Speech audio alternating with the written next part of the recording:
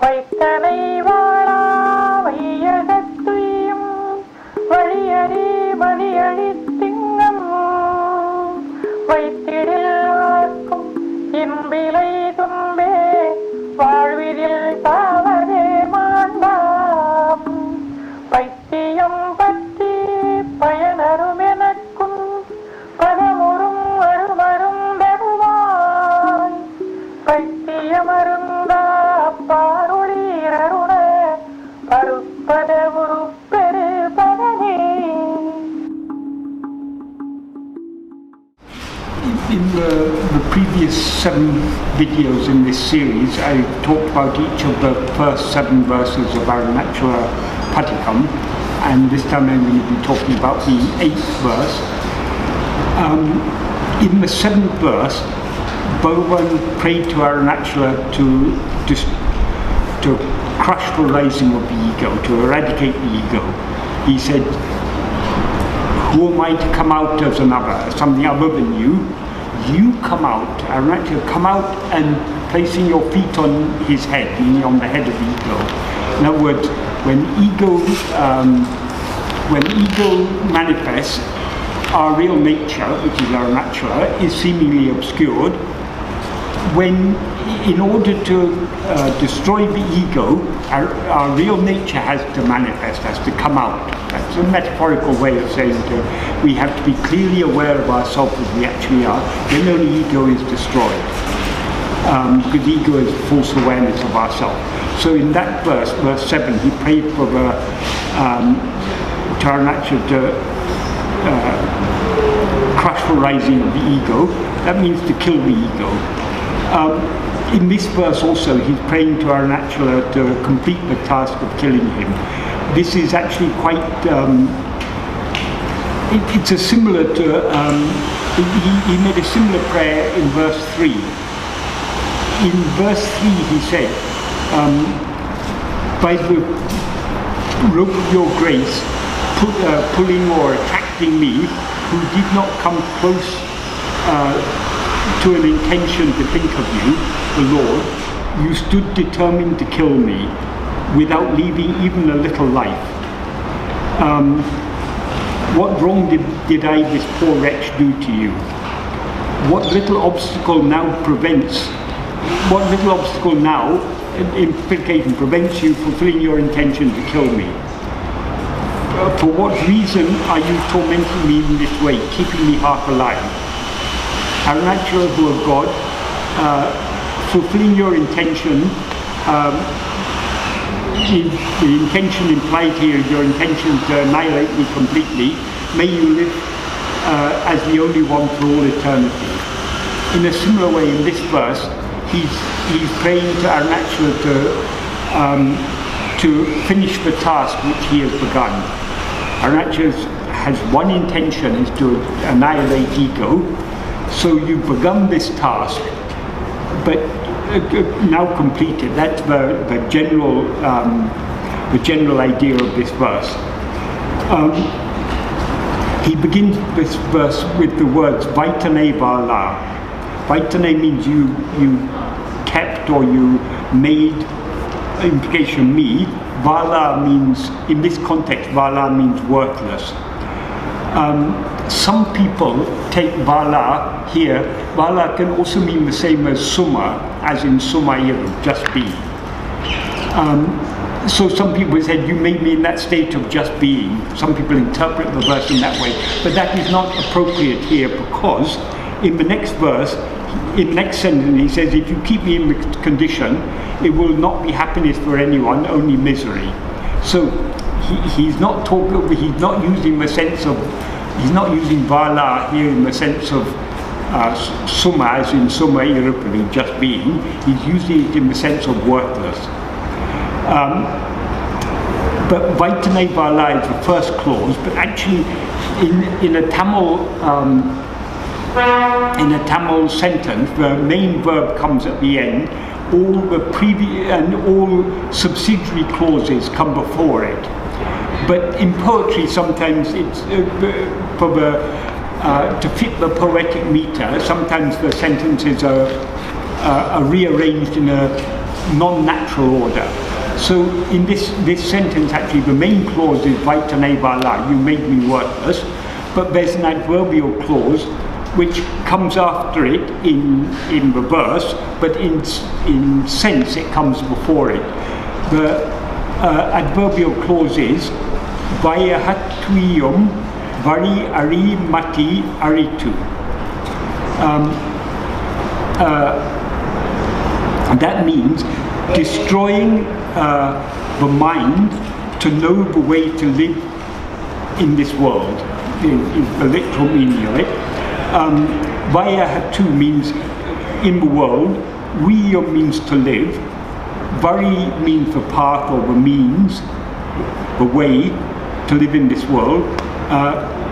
Ari is the verb to know.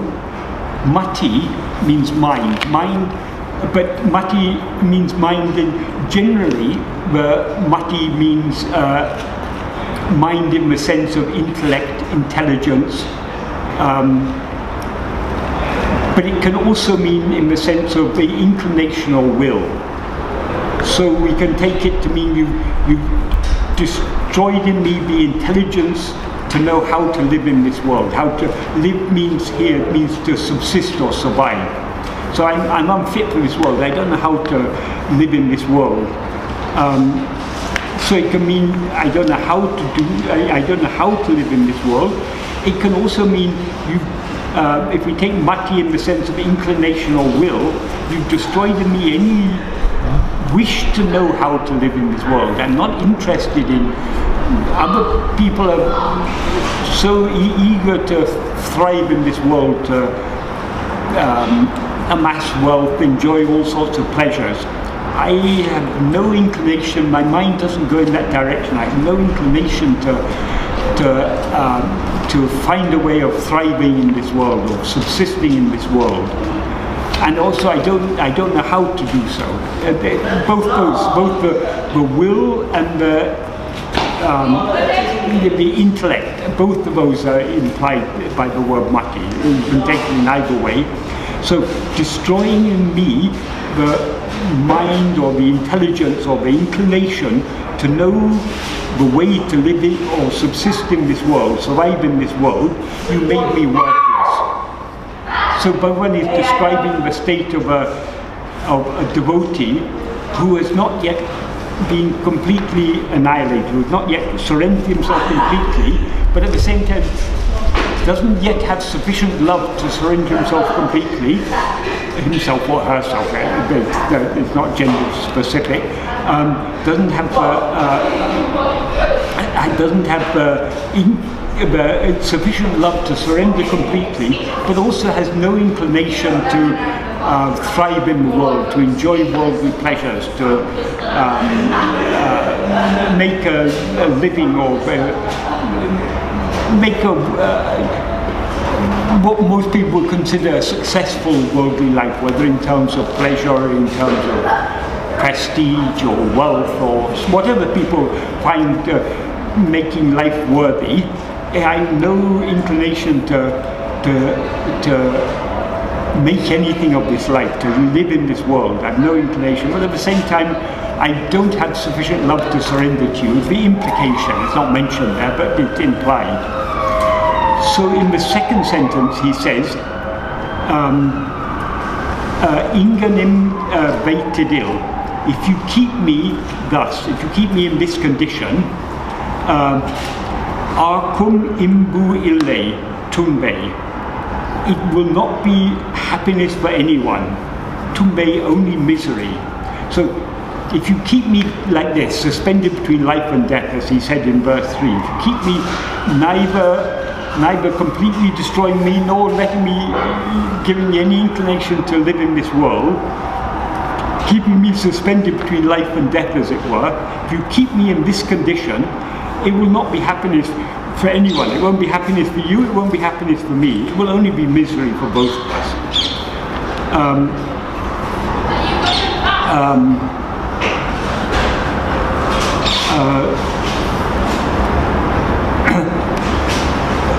We can also because in a lot of Bhagavan's, these are verses of love, and Bhagavan often expresses his love to Arunachala in terms of Nayaki Nayaka Baba, the Baba of a girl and her lover.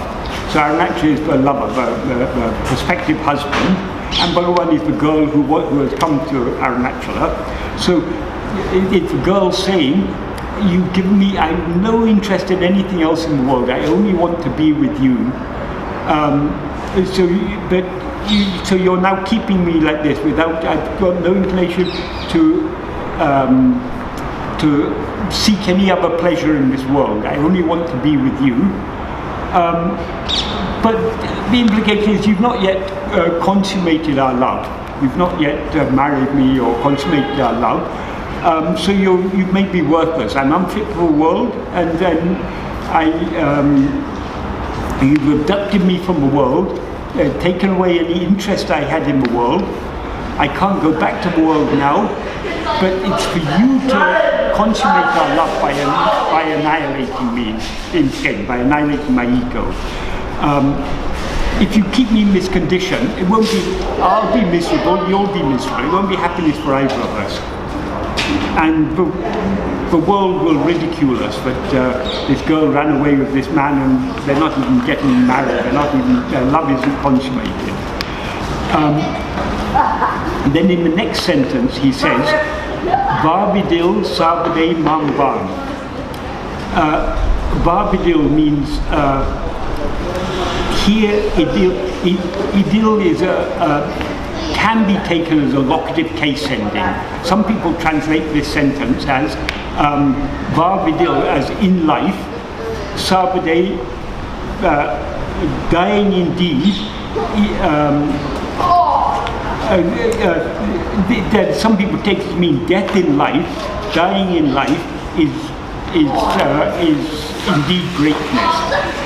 Māṇbām means greatness, but that is, that's true. Bhagavan sometimes said your greatest glory is where you cease to exist. So even while this body is alive, dying in this body, that means the ego dying, is indeed glory.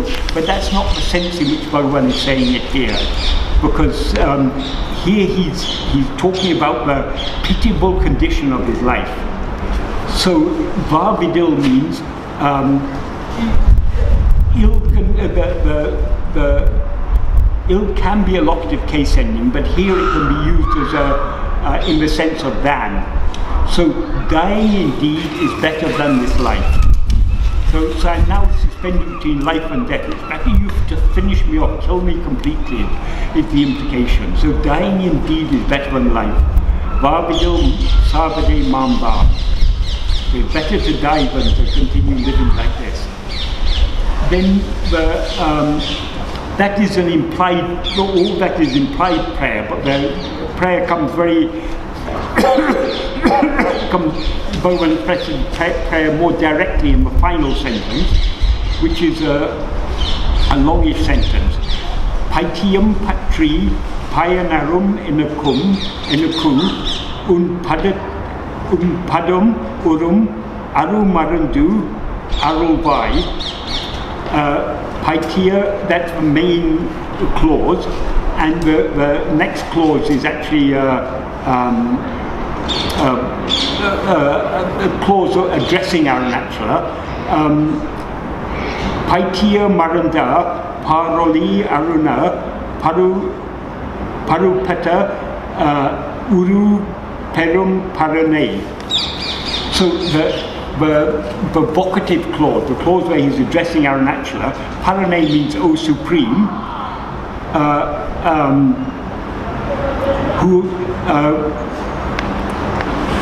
vuruppeṟu means who've assumed the form, Aruna paruppata, Aruna hill. So O Supreme who's assumed the form of Aruna hill, and he describes Aruna hill as paittiya marundāp pāroḻi, which shines on earth as the medicine for madness. That is, the madness he's referring to here is the madness of desire for the world. So if we if we want to be cured from madness from the madness of desire for the world, the medicine available on this earth is this Arunachala.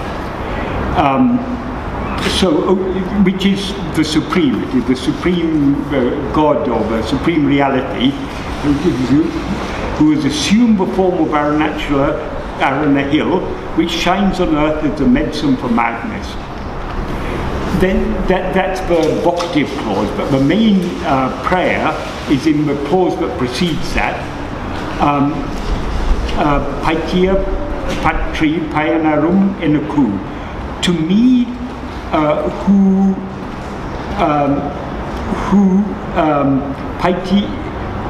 paittiyam paṭṛi means who madness has grasped, who is possessed by madness. To me, who, being possessed by madness and bereft of the fruit, I've got no fruit. The fruit means the madness he's referring to here, when he says he's possessed of madness, he's no longer mad for the world, he's madly in love with Arunachala.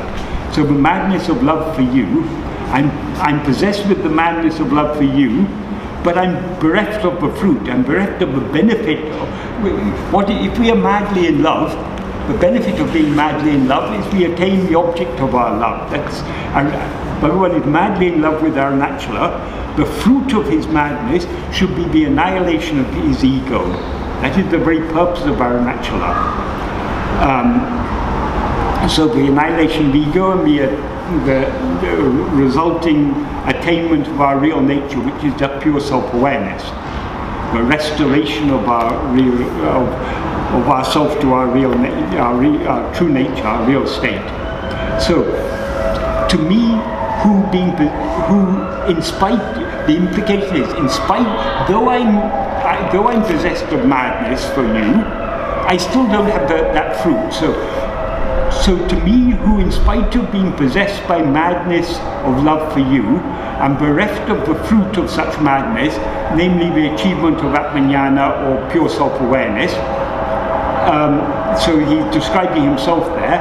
And the actual prayer, so it's to me, graciously give the rare medicine by which one joins or unites with your feet or state. That is, padamuṟu means to join or to unite with. Padam can mean feet or it can mean state. Often one uses this word with this double meaning because in Indian devotional literature, what we are seeking is the feet of God. That we are seeking to bow down and to be crushed under his feet, like he prayed in the previous verse, placing your feet on his head, on the head of this ego. So we're seeking the feet of the ego in order to be completely crushed. Sorry, we're seeking the feet of God in order for the ego to be completely crushed. So, but padam also means state. So the real state of Arunachala is the state of pure awareness.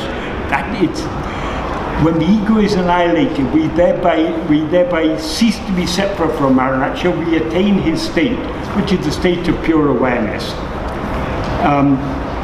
So the whole prayer, paittiyam, paṭṛip, payaṉarum, meṇakkuṉ, padamuṟu, arumarundāp, oh yes, sorry, I missed the prayer.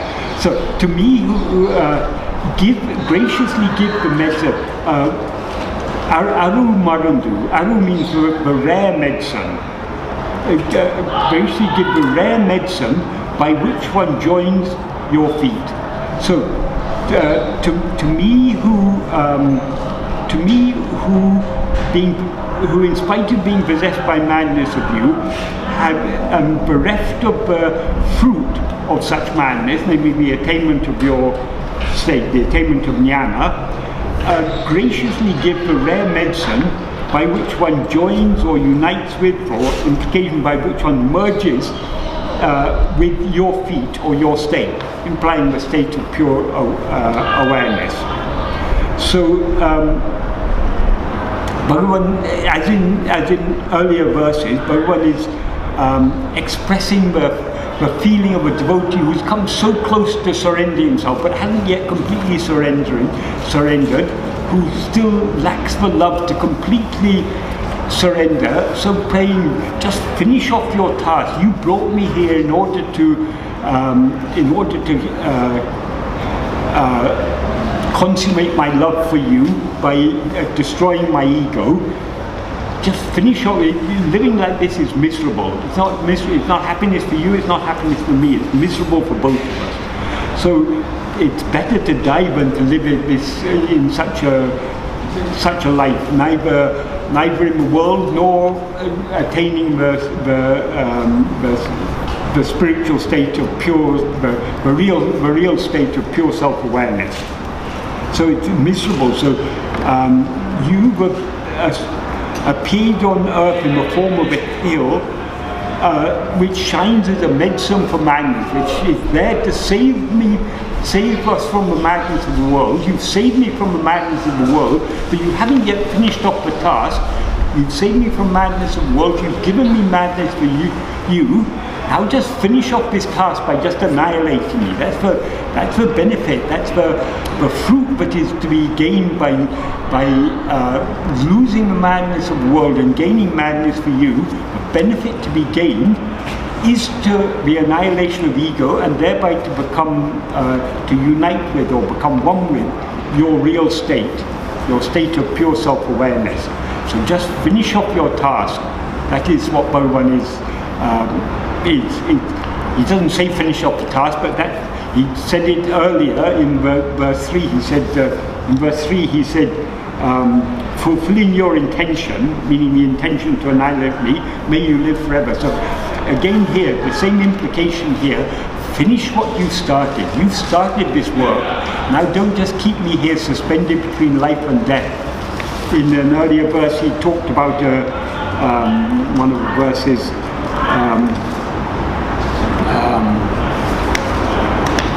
I can't remember which one. He talks about a deer caught in a net.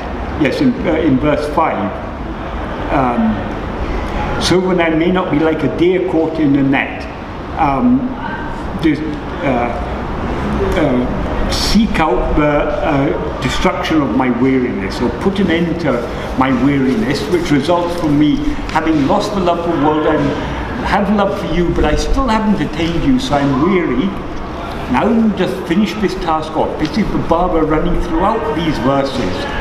So the emphasis in all these verses is what is the purpose of Arunachala? Why we've come to Arunachala? Why Arunachala has brought us to him?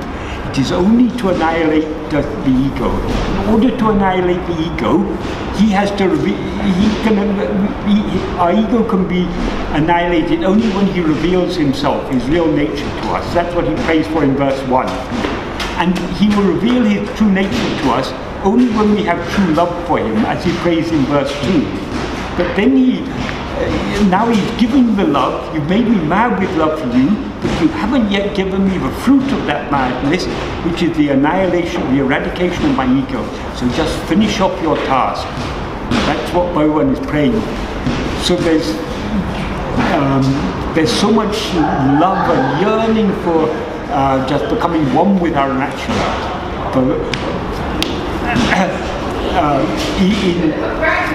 In physical love between two people, it is the union of the two bodies is considered the consummation of the love. But in the spiritual sense, consummation of love is where the difference between the lover and the loved, the one who is loving and the one who is loved, which is reciprocal both ways. When the difference between them is removed, when they become one, that is the consummation of love. So, in order for us to become one with Arunachala, what stands between us and Arunachala is ego. Because we've risen as ego, we separate ourselves from him. So only by killing this ego is that unreal separation, that seeming separation from Arunachala, the seeming division between us and Arunachala, the seeming we seem to be two only because of the rising of ego. And eradicate the ego and shine as the only one, as he said. Ekana bari niduri, as he said in verse 3, I think. Shine forever as the only one. So it's that state of complete oneness. That is the true consummation of love. When two human lovers, when they join in sexual union, they're at that moment becoming one, so to speak. So that is why that's often used as an analogy of the consummation of true spiritual love is when we cease to be separate from what we love, which is God or Arunachala, or which is actually nothing but our own real nature. By rising as ego, we separate ourselves from what we actually are. By the annihilation of ego, we merge back and become one with that.